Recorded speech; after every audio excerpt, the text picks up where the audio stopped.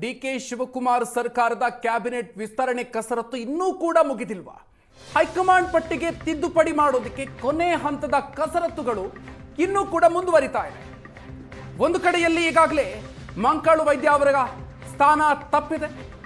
ಅವರ ಬದಲಿಗೆ ಎಸ್ ಮಲ್ಲಿಕಾರ್ಜುನ ಅವರನ್ನು ಸೇರ್ಪಡೆಗೊಳಿಸಲಾಗಿದೆ. ಈಗ ಮತ್ತೊಂದು ಬದಲಾವಣೆಯಾಗುವಂತಹ ಸಾಧ್ಯತೆಗಳು ಕಂಡು ಬರ್ತಾ ಇದೆ.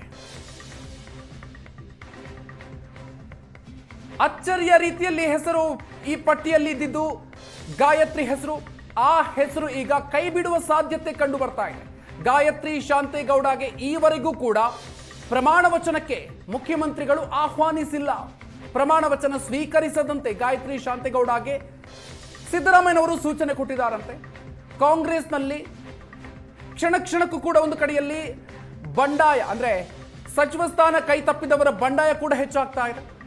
ಇದೇ ಸಂದರ್ಭದಲ್ಲಿ ಕೊನೆ ಕ್ಷಣದಲ್ಲಿ ಬದಲಾವಣೆಗಳು ಕೂಡ ನಡೀತಾ ಇದೆ. ಒಂದು ಬದಲಾವಣೆಯನ್ನು ಆಗ್ಲೇ ಗಮನಿಸಿದ್ವಿ, ಈಗ ಮತ್ತೊಂದು ಬದಲಾವಣೆ ಆಗುವಂತ ಸಾಧ್ಯತೆ ಇದೆ. ಉಮಾಶ್ರೀಗೆ ಸಚಿವ ಸ್ಥಾನ ನೀಡುವಂತೆ ಮಾಜಿ ಸಿಎಂ ಸಿದ್ದರಾಮಯ್ಯನವರು ಒತ್ತಾಯವನ್ನ ಮಾಡ್ತಾ ಇದ್ದಾರೆ. ಮತ್ತೊಂದು ಕಡೆಯಲ್ಲಿ ಲಕ್ಷ್ಮೀ ಹೆಬ್ಬಾಳ್ಕರ್ಗೆ ಸಚಿವ ಸ್ಥಾನ ನೀಡುವಂತೆ ಡಿಕೆ ಶಿವಕುಮಾರ್ ಅವರು ಕೊನೆ ಕ್ಷಣದ ಒತ್ತಡವನ್ನು ಹೇರ್ತಿದ್ದಾರೆ. ಹೈಕಮಾಂಡ್ ನಾಯಕರ ಜೊತೆಗೆ ಇದೇ ವಿಚಾರವಾಗಿ ಈಗ ಡಿಕೆ ಶಿವಕುಮಾರ್ ಹಾಗೂ ಮಾಜಿ ಸಿಎಂ ಸಿದ್ದರಾಮಯ್ಯನವರು ಚರ್ಚೆಯನ್ನ ಮಾಡ್ತಾ ಇದ್ದಾರೆ.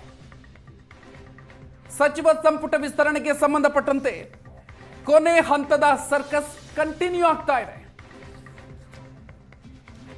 ಬೆಳಗ್ಗೆ 20 ನೂತನ ಸಚಿವರ ಪಟ್ಟಿಯನ್ನ ದೆಹಲಿಯಿಂದ ಕಳುಹಿಸಿಕೊಡಲಾಗಿತ್ತು.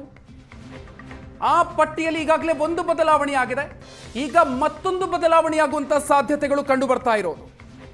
ಗಾಯತ್ರಿ ಶಾಂತೇಗೌಡ ಹೆಸರನ್ನ ಕೈ ಬಿಡುವಂತಹ ಸಾಧ್ಯತೆಗಳು ಈಗ ಕಂಡು ಬರ್ತಾ ಇದೆ.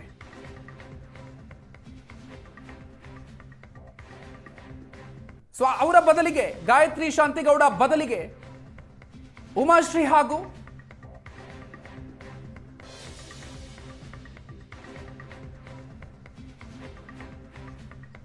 ಲಕ್ಷ್ಮೀ ಹೆಬ್ಬಾಳ್ಕರ್ ಹೆಸರನ್ನ ಸೇರ್ಪಡೆಗೊಳಿಸೋದಕ್ಕೆ ಈಗ ಒಂದು ಕಡೆಯಲ್ಲಿ ಡಿಕೆ ಶಿವಕುಮಾರ್ ಹಾಗೂ ಮತ್ತೊಂದು ಕಡೆಯಲ್ಲಿ ಸಿದ್ದರಾಮಯ್ಯನವರು ಪ್ರಯತ್ನವನ್ನ ಮಾಡ್ತಾ ಇದ್ದಾರೆ.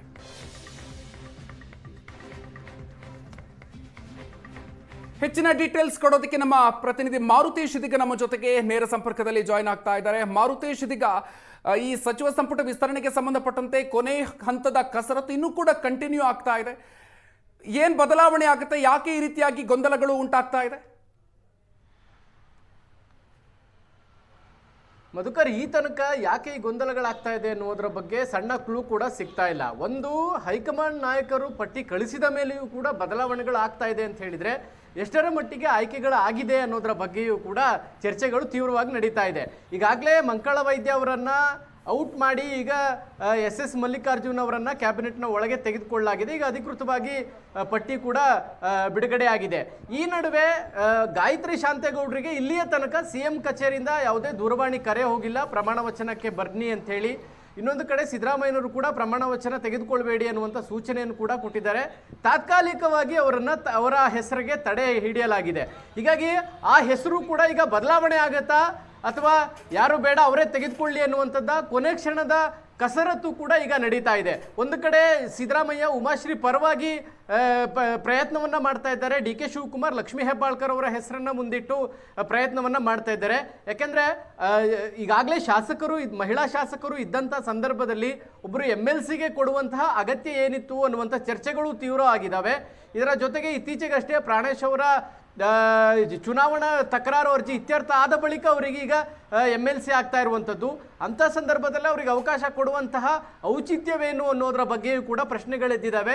ರಾಜ್ಯ ನಾಯಕರಲ್ಲಿ ಒಂದು ರೀತಿ ತೀವ್ರ ಅಸಮಾಧಾನ ಅಂತೂ ನಿಶ್ಚಿತವಾಗಿಯೂ ಗಾಯತ್ರಿ ಶಾಂತೇಗೌಡ ಹೆಸರು ಸೇರ್ಪಡೆ ಆಗಿರೋದ್ರಿಂದ ವ್ಯಕ್ತವಾಗ್ತಾ ಇದೆ. ಹೀಗಾಗಿ ಆ ಬದಲಾವಣೆ ಆಗುವಂತಹ ನಿಟ್ಟಿನಲ್ಲೂ ಕೂಡ ಕೆಲ ಬೆಳವಣಿಗೆಗಳು ನಡೀತಾ ಇದೆ. ಯಾಕಂದ್ರೆ ಇಲ್ಲಿಯ ತನಕ ಯಾರ್ಯಾರು ಸಚಿವರಾಗಿ ಪ್ರಮಾಣ ವಚನ ತೆಗೆದುಕೊಳ್ತಾರೋ ಅವರೆಲ್ಲರಿಗೂ ಕೂಡ ಸಿಎಂ ಇಂದ ಕರೆ ಹೋಗಿದೆ. ಆದರೆ ಇಲ್ಲಿಯ ತನಕ ಗಾಯತ್ರಿ ಶಾಂತೇಗೌಡರಿಗೆ ಮಾತ್ರ ಕರೆ ಹೋಗಿಲ್ಲ. ಸದ್ಯಕ್ಕೆ ಅವರ ಹೆಸರನ್ನ ಹೋಲ್ಡ್ ನಲ್ಲಿ ಇಟ್ಟಿದ್ದಾರೆ. ಅವರದ್ದೇ ಫೈನಲ್ ಆಗತ್ತಾ ಅಥವಾ ಅವರ ಜಾಗಕ್ಕೆ ಹೊಸಬರು ಬರ್ತಾರಾ ಅನ್ನುವಂತಹ ಕುತೂಹಲಗಳು ಗರಿಗೆದ್ರಿದಾವೆ. ಆ ಪೈಪೋಟಿ ಈಗ ನಡೀತಾನೆ ಇದೆ. Madhukar, okay, thank you Marutesh ಡೀಟೇಲ್ಸ್ಗೆ.